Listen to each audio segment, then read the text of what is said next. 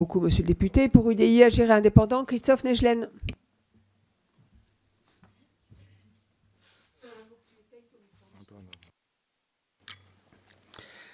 Merci Madame la Présidente. Alors, sur cette proposition de résolution, 2 points. L'un qui est intéressant, et c'est vrai que c'est bien de s'être saisi du sujet, parce que sinon on n'en aurait, entre guillemets, même pas vu la couleur au sein de cette commission. Et l'autre point qui est plutôt frustrant, parce qu'on est dans le cadre d'un accord non mixte. Donc à un moment donné, dans tous les cas, c'est bien, on est informé, mais contrairement à ce que disait notre collègue tout à l'heure, je pars du principe que notre mandat en tant que parlementaire n'est pas uniquement d'être informé, mais aussi un droit et un devoir d'influencer sur des décisions qui vont concerner l'intégralité de nos concitoyens.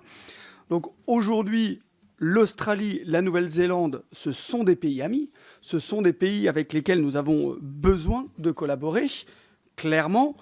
Néanmoins, des points restent en suspens. On parlait tout à l'heure de l'agriculture, et c'est vrai qu'on doit être extrêmement vigilant. Parce qu'à un moment donné, quand on dit qu'il y a des quotas, alors tous les accords qu'on signe, il y a des quotas. Mais si on additionne les quotas de chaque accord, à un moment donné, ça représente une somme qui est des quantités qui sont relativement importantes.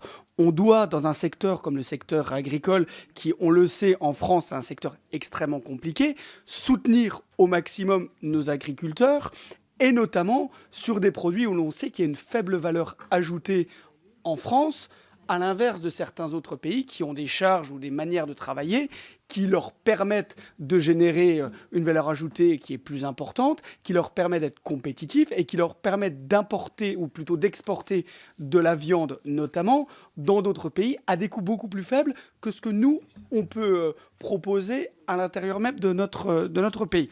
Donc ça, c'est vraiment le premier point qui me laisse un peu interrogatif. Le deuxième, et sur lesquels, là pour le coup, c'est une question de principe, je me positionnerai plutôt contre, c'est le fait que ce soit un accord non mixte.